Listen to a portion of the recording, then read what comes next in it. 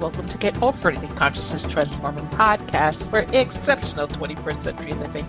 We've got a show on Reiki today, but it's Plant Spirit Reiki. We're going to be speaking with Fay Johnstone, and we're going to be talking about her book, Plant Spirit Reiki, Energy Healing with the Elements of Nature. And boy, during this time of COVID, this is something that we definitely need. So we're going to walk through this, and she's going to tell us about what she does, how she does it, and if you have to be a Reiki practitioner to use some of the techniques that she shares. Very insightful show coming up. Now, the information shared on Get Over It uses intuitive and pragmatic insight to help you shift your consciousness to break through blocks and release energy that is no longer needed. Yes, we're going to help you let go of the BS that is holding you back. But you know, I always ask that question, are you truly ready to? And by the way, folks, BS is belief system. A bit about me for my new listeners. Intuitive since birth. I'm a third-generation intuitive with over 3 decades of experience supporting people to break through the blocks along their path. I'm a strategist for personal and professional transformation, revealing cutting-edge information that enables you to prosper and thrive. I spent 25 successful years in corporate America as an executive sales professional, and I am the founder of Healing Visions Ministries and the Northern California Children's Education Network, a 501c3 nonprofit. I also authored 2 books. I provide consultations and healings in all areas of life that heal the mind-body-spirit connection, allowing you to live your very best life. Now, my clients tell me that I keep it real while providing them with accurate information to assist them along their journey as a spirit living a human existence. But they also say, if you really don't want to know, don't ask Monique. My background includes a doctorate in metaphysics, Reiki master teacher, ordained minister, and clinical hypnotherapist. So whether you are stressed, depressed, or possessed, I can help. To find out more about me and the services I offer, go to my website, and that's MoniqueChapman.com, and I invite you to like me on Facebook and follow me on Twitter and LinkedIn. My guest today, Fay Johnstone, combines 20 years of Reiki practice with herbal and shamanic training to assist us with our personal transformation through the healing power of nature. The author of Plants That Speak, Souls That Sing, Fay offers treatments and training on Reiki and plant spirit communication across the UK, online, and from places near her home in Scotland. So welcome, Fay. It's so great to have you here. Thank you, Monique. It's really, I'm always delighted to come and chat about plants and Reiki and more plants, basically. So thank you. She's a plant Reiki girl, and I absolutely love it because I Reiki my own plants. I have a rose garden on the side of my house. I live on a corner, and when I'm doing my work with the roses, I'm Reikiing them, and they just blossom, and they love it, and everybody stops by, and it's like, how'd you get your roses to do that? And I said, I love them. So you're going to share your love with Reiki and the plants with our role today. So let's start a little bit with your background. How long have you been doing Reiki, and when did you make that Reiki and plant connection? So I've been, so it's 20 years that I have been attuned to Reiki and practicing Reiki. And I think perhaps like many of your listeners who get started on their spiritual path, it starts at first as something which is kind of a little bit in the closet. It's like something that you do when you're not doing your regular job. You do it kind of on weekends, and you kind of, you've got that spiritual book hidden under the desk at work, you know. And so I was like this for a while, and I was doing kind of my Reiki treatments in the evenings or on the days I wasn't at work. And I had a kind of moment, shall we say, where I realized that things had to shift. And this was, I had a really amazing job. I was living in Paris. You know, I was doing all those things which outwardly looked very successful, and those were those things which I had been kind of conditioned to think that is what success was for somebody who was young and in their 20s, you know, and the handbags and the high heels and the cocktails after work and all this kind of thing. And I just really had this realization a kind of crumbling, shall we say, of just admitting to myself, that moment when you admit, something's not working. And I wouldn't call it a dark night of the soul. I don't feel it was like really serious like that, but it really woke me up, and it made me go, hang on a second, there's something more. I'm miserable. There's something more to life than this. And I started then to this really wasn't long, actually, after I had been attuned to Reiki. So it's really funny how Reiki slowly, for me, started to work its magic, because when we talk about Reiki, we get so hung up sometimes on that dictionary definition of what Reiki is. We sort of talk about it being a Japanese form of energy healing, et cetera, et cetera. And I thought, for me, Reiki it was like that permission button to follow my heart. It opened me up to the passion that was inside me that actually I wasn't even allowing myself to connect with, because I was kind of doing the things, I was going through the process, the motions of life, get the job, do this, work hard. And I wasn't really allowing the Reiki, the spiritual path, that the light inside of me to shine. And what happened when I kind of took that, so I had that sort of moment when I was working in Paris, and I was like, God, I'm miserable. I need to change something. And it took me some time, and I would spend a lot of time in lovely Parisian cafes journaling, just with myself, journaling and doing my self-Reiki practice. And then there was one afternoon, a storefront caught my eye, and it was just full of plants, these beautiful plants. And there was something in my heart that just said, I need these in my life. And at that moment, I bought as many of those plants as I could possibly carry, and I took them back to my apartment. My flatmates, who were also my work colleagues, thinking, what is going on with this? Because, I was the girl in the office who didn't even know the types of flowers that we got delivered to the office every week. I just saw the yellow ones or the long ones, daisy-like looking ones. I hadn't got a clue about plants. I thought that plants was the thing that my mum was into, and it was a bit, old-fashioned, or, not really for somebody. It's just for me, shall we say. And actually what happened then is, from that moment in, those plants just kind of leapt into my heart. And it really was me opening up to them. And if you fast forward a year, I had left that job. I returned to the UK. I was living not in a city, but I was living in a small village. I was growing my own vegetables.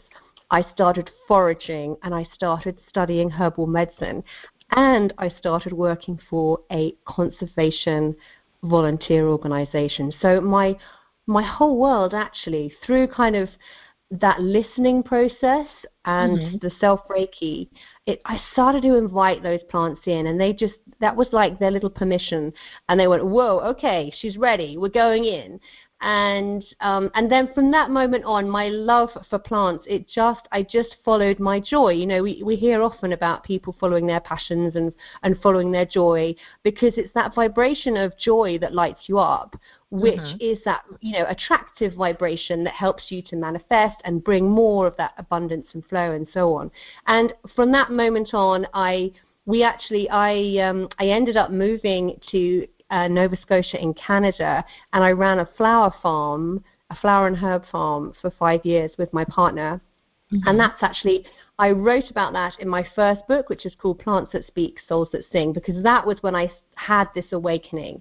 And I started to realize that those plants were really talking to me. They had something to say. And it was at that stage that I started to involve those plants into my Reiki treatments, into my self-practice. And I started to really open up to the possibility of kind of, I was just being guided. I was listening to the plants. So that's kind of, it's quite a long way of sharing the story there of how those plants, I say this to everybody, you give them an inch and they put they plant the seeds, or they put their roots in, and they continue to grow, and they don't, I find the plants are quite persistent. They don't leave me alone. So it's, and I think it was recently sort of, well, in the last couple of years when I started to think about writing Plant Spirit Reiki and which is this book, and putting it all together, because I think I suddenly realized that actually, because, and you might feel like this too, and I'm sure anyone else listening who also practices Reiki, because I've practiced Reiki for so long, 20 years, Reiki just kind of flow. We are Reiki. I am Reiki. It's like you live. Yeah, exactly. Yeah, you live the energy.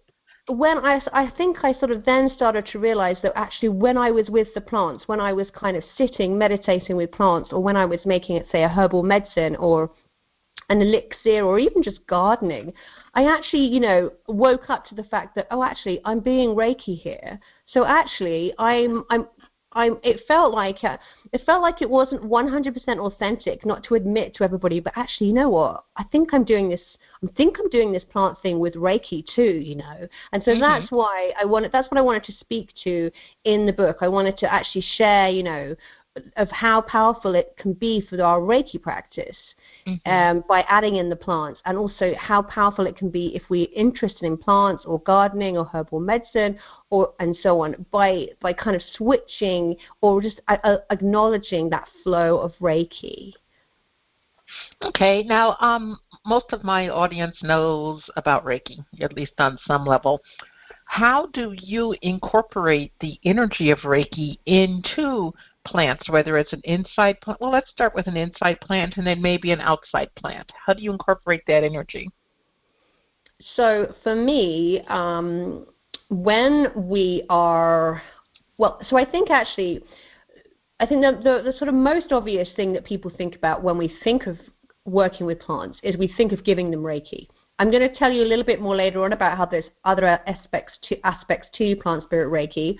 But to answer your question, when we're working with houseplants, we can do hands-on healing. But for me, sometimes plants are so delicate, we don't want to kind of place our hands directly onto a plant.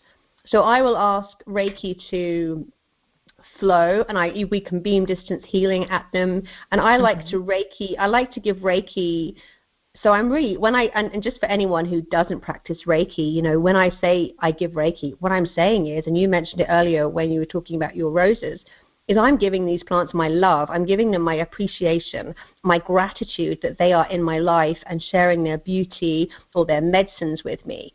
So this is what I mean when if you don't understand Reiki, anyone listening who is not attuned to Reiki, just replace that word Reiki with love and appreciation. And so, I like to give Reiki in the water that I give the plants, maybe even hold the plant's roots. I mean, there are so many different ways for our companion plants that we can add, we can kind of send Reiki to them. And the reason, people often ask, well, why, the obvious reason to send Reiki to your plants is so that they grow healthily, so that they might blossom, so that they are free of disease and so on, and so they kind of look, for their well-being. But this is the great thing about Plant Spirit Reiki, and this is the thing that I like to teach, is that actually when we care for our green friends, we are actually raising the vibration of our communities, our homes, and our local spaces. So if you are caring for plants in your home with love, with appreciation, with gratitude, that their vibration is going to be, beautiful and wonderful and shining, and that will affect your vibration. So you're bringing in this Reiki, we're asking for Reiki to flow, so we're just bringing in that light and that high vibration. And this is particularly important for not just the plants that we look after in our home and, our vegetable gardens and roses, like you say, but actually it's really important for our local green spaces. So, everybody has a local park near them, or one that they might pass on the way to the supermarket or the grocery store, or we're going to work, and you kind of pass a local green space or a space which just looks like it's not very well cared for, that has a bit of a dodgy vibration. It just doesn't feel quite right. And those are the green spaces that actually really need us to send our love and appreciation and send that beautiful vibration of Reiki to, because those places in our communities will really, really benefit the surrounding community if they are receiving that high vibrational energy of that love and light that is Reiki. And, obviously, when we hear of terrible, like the fires, for example, that we, in California, or, for example, in the Amazon and also Australia, all these terrible ways that the environment further afield is being devastated. This is when we kind of turn on our Reiki hands, and we can send distance healing. But I just like to stress to people that it's really important to actually really cultivate that relationship with the green world that is on your doorstep, because that is really, really going to help you and your well-being. And I really believe that our well-being, our physical, our mental, our emotional, and our spiritual well-being is really intricately linked to our relationship with the earth, with nature, and and our plant friends. And so we can kind of start right here where we are. We don't always have to be kind of beaming distance Reiki to like the Amazon or these habitats which we know are endangered or under threat. I think it's that importance of starting local. And looking after your own, it's like really, I think, we talk about it a lot in the healing profession, is like, you need to look after your own personal development, so that you can hold that lovely, shining, sacred space for others. Well, you mentioned, paying attention to our local area, and maybe, if there's a park or a patch of land someplace that is not really thriving. What if you're not attuned to Reiki? Is there anything that you can do for that energy, for that space? Yeah, this is great. This is a really great question, actually. So one of the things I love to do is simply show my appreciation to those plants and trees and green spaces that I walk by. And plants do respond. So, for example, if you were in front of a tree, you could kind of greet that tree. And I'm not going to sort of tell you how to do it. Some people like to kind of speak out loud to their plants. Some people just find a way, an inner way, of kind of inwardly smiling to that tree as a kind of acknowledgement. And that's actually a lovely exercise to do, is acknowledging nature. And so you take yourself for a walk, and you can be in your own garden, if you're lucky enough to have one, or in a local park, or a lovely, sometimes if you live in a neighborhood which has a really gorgeous avenue with lovely trees on it, that kind of street, and just walk down and open your senses to the natural world. Really, really start to observe with your eyes, with your ears, and utilize your sense of smell and touching, so that you can start to kind of form a relationship with these plants which are surrounding you. And it's this remembering of our relationship with nature, which I think is really important in the whole kind of well-being puzzle, because we've become incredibly disconnected from the source of our well-being, which is, our home, which is the earth. We are incredibly disconnected from, the earth's creatures, and think how disconnected we are really from getting dirty and muddy, or getting wet, even from a downpour, from a shower. We kind of isolate ourselves. We put ourselves very conveniently behind, closed doors and closed windows, and actually this is what's been so ironic about the COVID-19 pandemic, is that we've all had to isolate within our walls. And we have realized actually how it's, how we go stir crazy. We need the life outside the walls. We need the breeze to,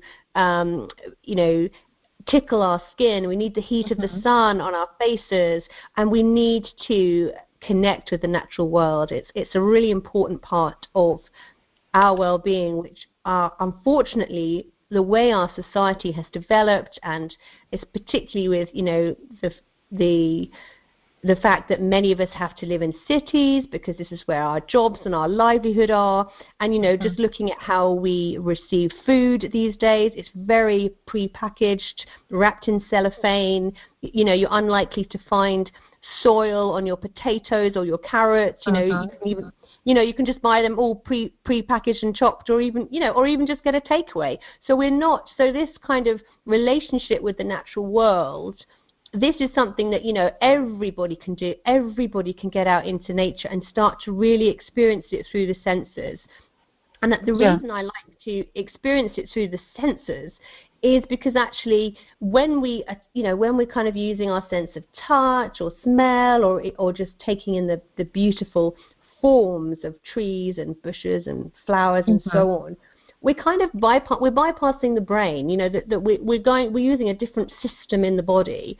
And then, you know, once we've kind of connected to the outdoor world with these physical senses, and this is when, you know, we start to open to those intuitive senses, those kind of feelings that we get from nature, the gut feelings, or the kind of sense that there's a bit more to a plant than meets the eye, or that sense of, you know, the reason, or just feeling into, oh, actually, you know what, I feel really good when I'm here, whereas I don't feel so good when I'm in this other place, you know. So there's a whole different array.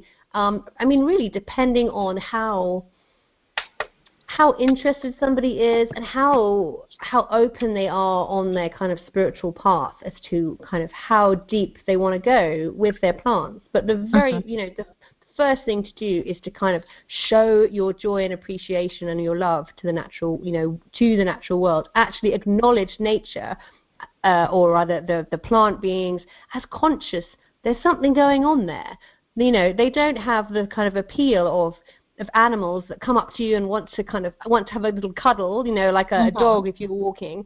But they're there with, you know, they're amazingly complex systems, plants. And so that, and, you know, think about trees have been around for millennia, you know, and so think about the tree on your, you know, on your local street. What has that seen? What has that witnessed? What energy has that been present for? And so this is, you know, this is why it's so fascinating to just start to open up and acknowledge the natural world. Yes, it is. Folks, we're speaking with Fay Johnstone. Her book, Plant Reiki Spirit Energy Healing with the Elements of Nature. You can check her out at her website, and that's FayJohnstone.com, FayJohnstone.com. Now, Fay, you talked about the, you know, the plants and the beauty and all that, but what about the weeds? Yeah, I think I get asked this question all the time, and the answer really is yeah. So if particularly anyone listening who's done any herbal medicine or any herbal training will say there aren't any weeds, you know, those dandelions that you want to rip up, they're amazing herbal medicine, the chickweed, the cleavers, all of those things. So yeah, you could say apply. It's really it's just our perception, isn't it? And it's an example really of how we want plants to behave in a certain way.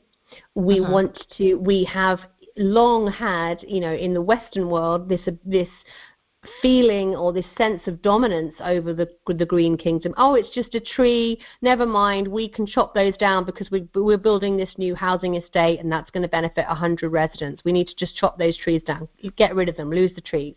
You know, and talking about weeds, the weeds growing in the vegetable garden. Oh, no, I'm sorry, you've got to get out of here. I need to make space for this stuff. So don't get me wrong, I'm a gardener at heart, and I love to garden. And in my garden here, I have brambles, I have thistles, I have all of the weeds that we love to hate.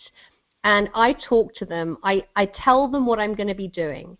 And I'm asking them all of the time when I am in my garden, I'm asking them to make space for other plants generally, because we think of a weed as an unwanted plant that might be, let's say, suffocating a rose or dominating. And I just like to talk to my plants. But yeah, it's really all about the mindset of, and I know, many herbalists would say, oh, yeah, save those dandelions and the daisies and so on because they are such valuable herbal medicine. So the plants really do teach us, and it's a question of being open and observing that and noticing. I think it's a really interesting exercise to notice how you feel about certain plants and how irritated they might make you, for example. And again, nature is helping. It's a mirror. It is reflecting back something to you. So, that's another interesting exercise to do. It's actually not in Plant Spirit Reiki. It's an exercise from my first book, Plants That Speak, Souls That Sing. And I called it plant speed dating.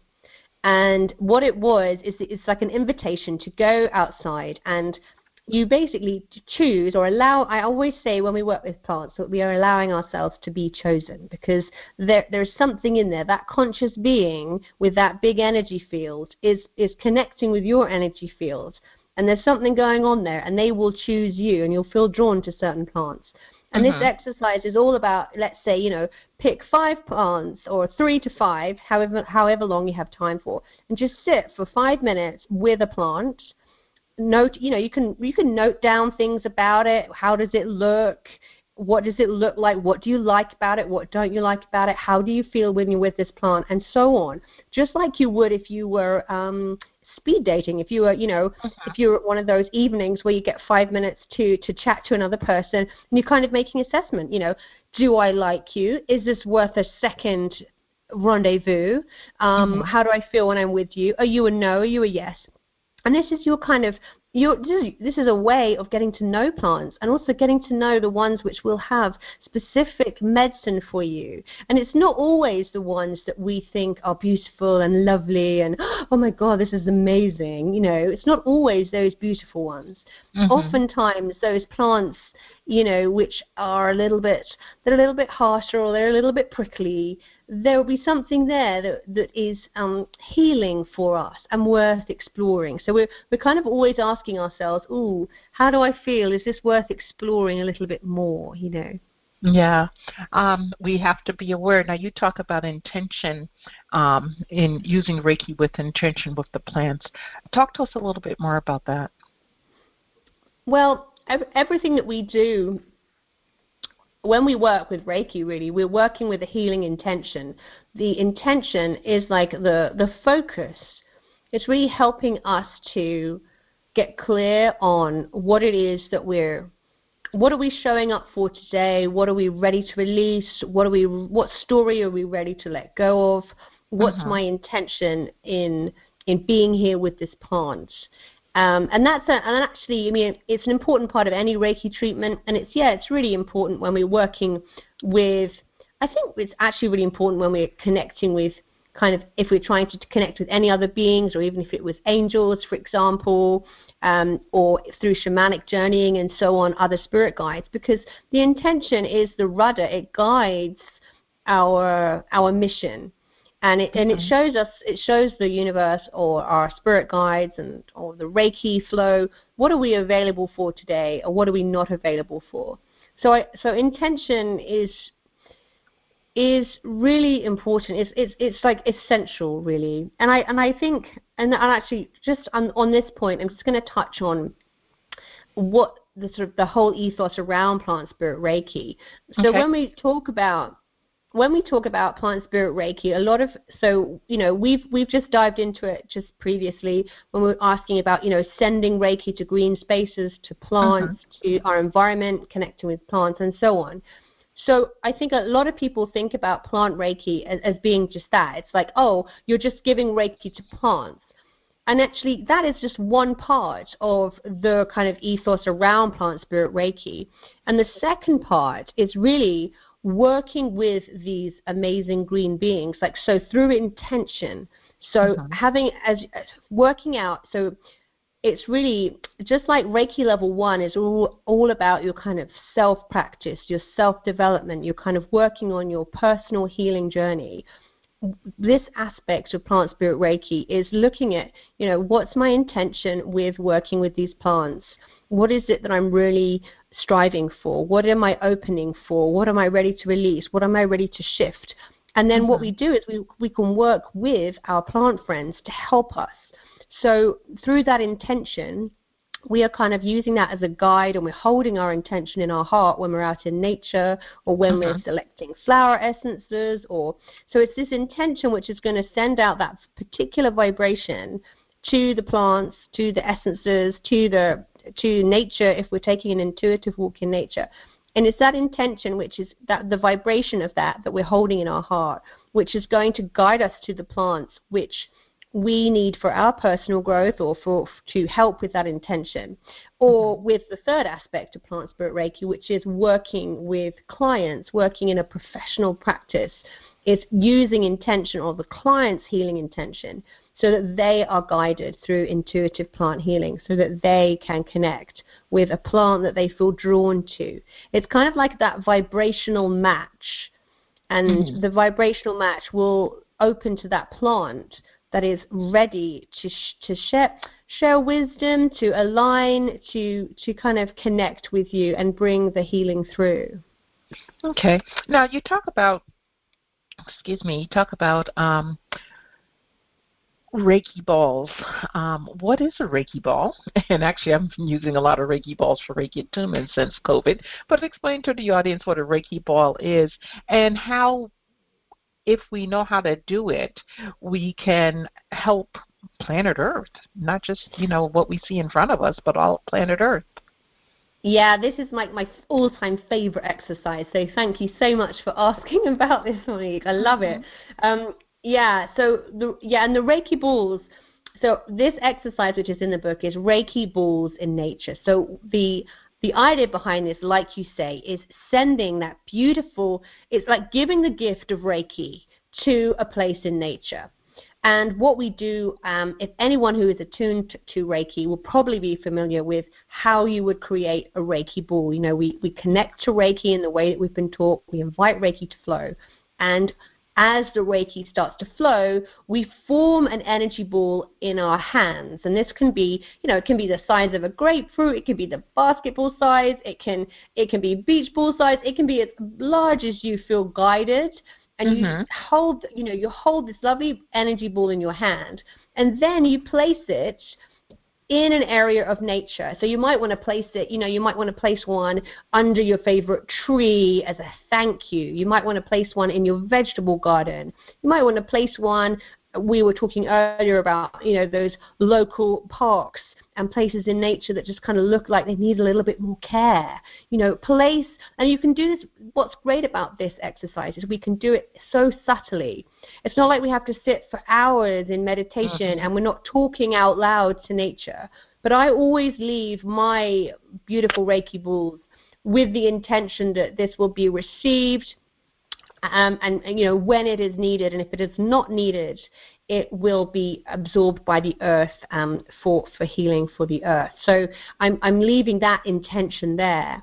And so I like to do this, it's really to show gratitude. So anybody here who's listening who isn't attuned to Reiki, and they're thinking, well, I'd like to do that too, what we can do is you can just speak your love. You can speak your love and appreciation, and you can bundle that in a ball and leave that in, you can form a ball. We can, because words are energy. Thought forms are energy. So we can think beautiful, loving thoughts and thank yous to the natural world. I mean, this is particularly, especially like if you have a vegetable garden or a garden or even a window box, you want to say thank you. Thanks for growing those cherry tomatoes for me this year. Thanks for growing the cilantro. Yum. And so you can leave that ball of love and appreciation, or Reiki, in that place in nature. And it's an exercise I will do, for example, if we're doing a workshop and we're outside and we've been at a beautiful,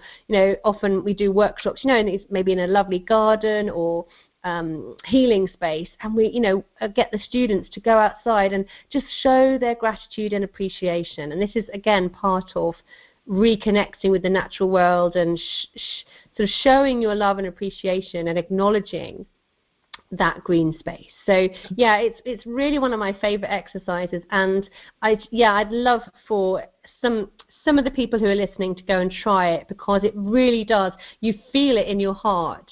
You feel it, and you know that it's doing whatever it is that it needs to do. And that's the great thing about Reiki, right? We know that Reiki always gives us what we need. So yeah, it goes wherever it's needed, no matter what you think. It goes to where it's well, that's needed. right. Yeah, that's right. Yeah. That whole detachment from, that's the kind of thing about having the intention. The intention is there to kind of guide you, to be the rudder. But actually, and then it's that beautiful, like you just touched on it. Let go, surrender, and just be guided. Allow what needs to flow, because we're not really, we're not in control of it. We set the course, and actually we all know what happens when we think we're going from A to B. We go around the houses. Go to A to Z and then come back to B and go, oh, what happened there? Now, one thing you talk about in your book that I really enjoyed, and that was a Reiki medicine bag. But I want you to tell the audience about that. But if you're not attuned to Reiki, could a Reiki practitioner make you a Reiki medicine bag to carry or wear? Oh, well, that's a lovely idea. Absolutely. So this is really, it's really about making. So I use a medicine bag, for example, when we think of a specific issue that we want to heal, or that we need some help with, like a behavior that we want to let go of, or something that we want to manifest. And I often will create my medicine bag by using, you want to kind of create the bag with a circle of cloth. If I'm a bit lazy, I might use something like an old handkerchief, because it's any sort of a lovely piece of material that I like to sort of carry, have gathering. And what you want to do is you want to gather in this bundle your prayer, your intention, the blessing, the thing that you want to manifest. You want to manifest, your health and well-being, your abundance, your free of whatever it is you wish to be free of, whatever your intention is. And we add this to the bag. And then what I do is you take a walk in nature and notice which elements of nature seem to talk to you, seem to jump out of you. And at this time of year, for example, if I was doing a medicine bag, it would probably be things like pine cones, or maybe even a branch of a pine needle, or some holly berries, or maybe even a pebble from the beach, or a seashell. So we gather kind of the elements from nature, or even a twig, or some people who love to work with, crystals will gather a crystal, or special herbs. And I always am drawn to the aromatics like mints, or at this time of year it would be the evergreens, for example, that seem to leap out at me. And so you gather these little pieces, and you might find you take a walk in nature and there's just one thing that seemed to call to you and nothing else. And that is going to be placed inside your medicine bag. So yes, you could, a practitioner could do this for you, because we just, in that case you would just be sending distance Reiki. But what we do as Reiki practitioners is we would hold that medicine bag in your hands and send Reiki, and you want to charge that bag with Reiki, with love, with your intention, with that, with the visualization of that positive outcome. And and then you seal the bag, and you can carry it around with you. You can have it with you. You can recharge the bag whenever you feel it needs it, and just have it with you and notice how your healing intention, how it shifts over time. And she said the magic word, folks, intention. So you put your intention out there, and of course Reiki will go wherever it's needed. But the stronger and the clearer your intention, I'm going to say the quicker results, if are to receive results quickly. Everything always comes in its own time. Fay, talk to us about plants in the chakras and Reiki. How did you marry all of that together? Yeah, this is really interesting, isn't it? Because what I find the chakras, these lovely energy centers, we know that they're not part of the original Usui teachings, because Reiki has its origins in Japan, and actually, the idea of the chakras, the energy centers, comes from the Vedic teachings. They're Sanskrit, so it's completely sort of two different forms of teachings that we brought together. But I thought I couldn't resist putting in a chapter that marries the chakra centers with the plants, because we're so well versed in terms of we're so familiar with the idea, the concept of energy centers. And I feel that I'm often asked by students, for example, I have trouble grounding, or my heart chakra is really blocked. What plants, can help me? And so, yes, I've included in the book just some ideas really on the concept of the chakras, and really, again, the idea of being drawn to which plants we are guided to, because I think it's quite well documented and understood that, rose, for example, or rose quartz, or roses, or rose oil might be beneficial for the heart. That's an association that we're quite familiar with. But others, for example, going from the crown to the roots, are not quite so well perhaps understood. And so that's what I've included, because. And the easiest way that I like to work with the plants and the chakras, so really, again, we're opening our intuition, we're asking to be guided. And I like to, so if I was doing a self-treatment, I would focus on a particular energy center wherever I felt that I wanted healing, and then I would place plant material. Say I had a plant, so for my root chakra, for example, I might be looking at those plants like dandelion or marshmallow, these kind of roots, maybe even ginger, or licorice, these lovely root, strong, spicy, or even cloves and cinnamon, this kind of spicy, rooty herbs and plants which are going to help me to ground. And what's wonderful about working with plants is that we can work with them in so many different ways. And I've highlighted this in my chakra chapter, because we can work with plant material. So we can have, in the summer, that's wonderful. There's lots of plant material to gather, and we can have vases of flowers in our treatment spaces and so on, or we can go and sit under trees and, smell the roses.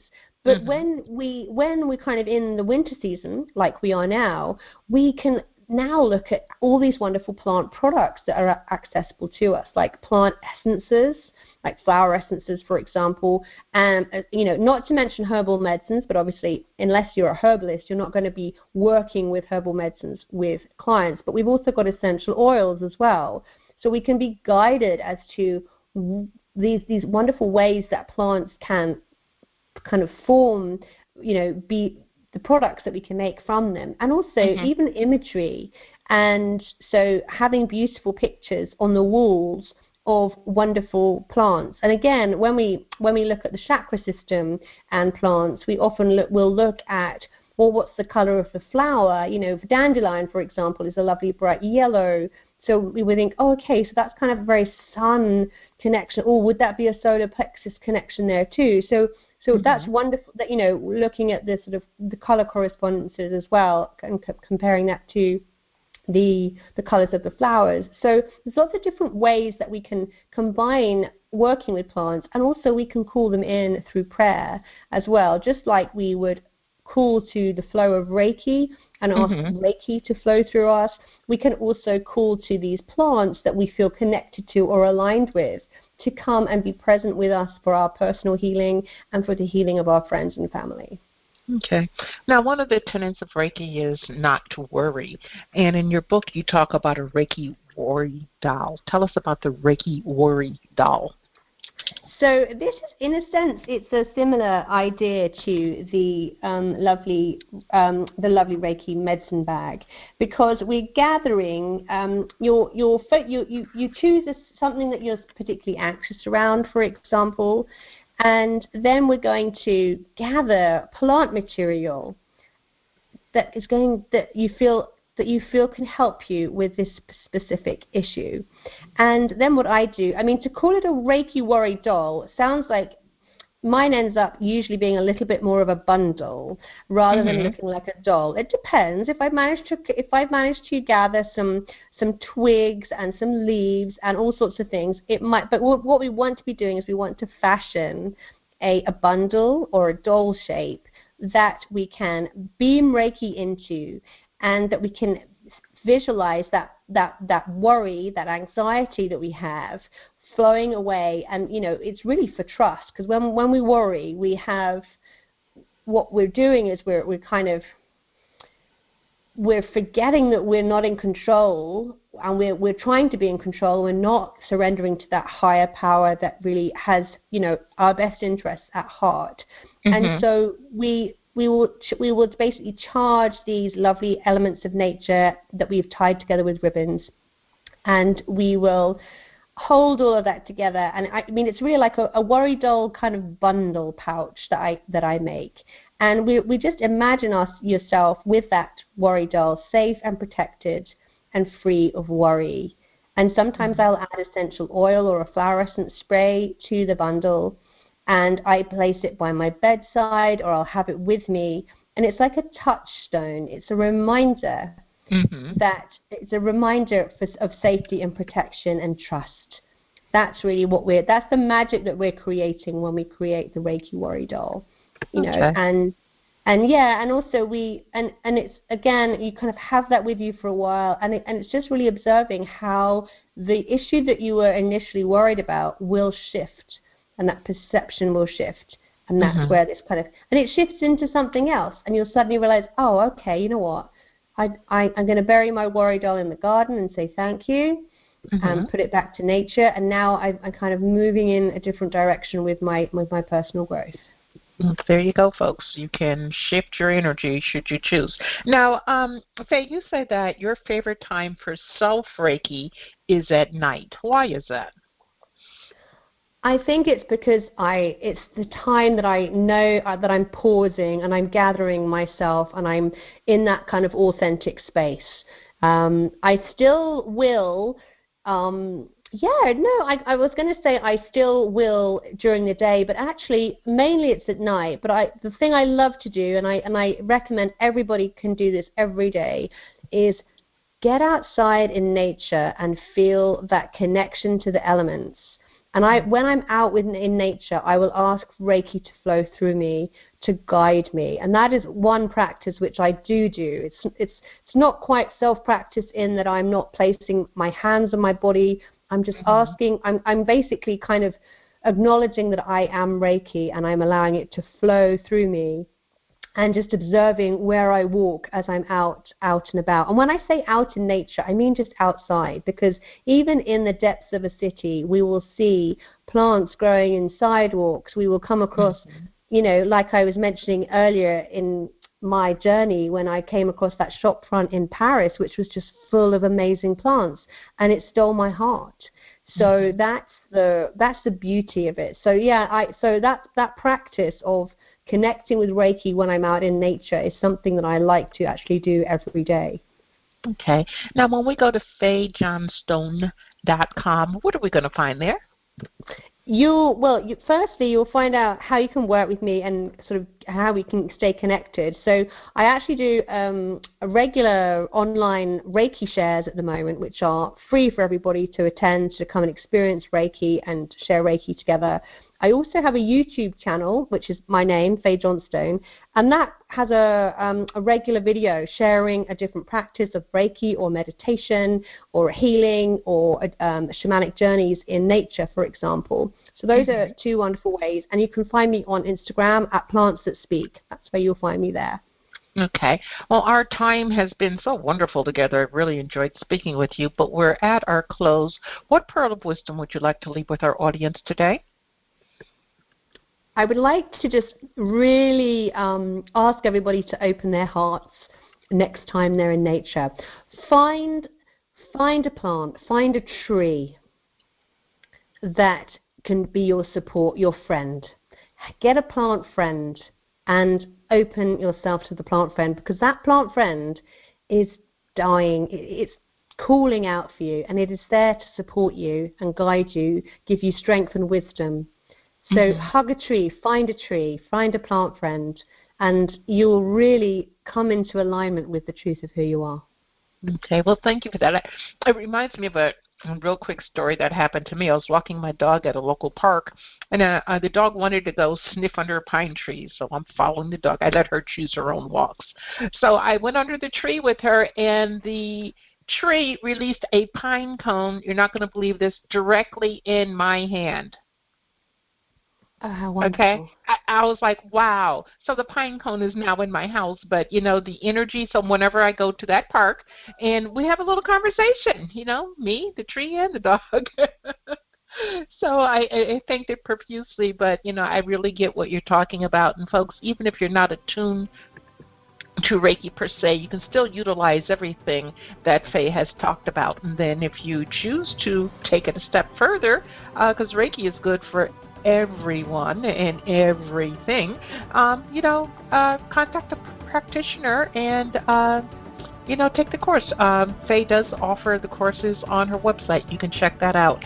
So Fay, thank you for being with us today as we collectively get over it. And for the audience, I thank you too.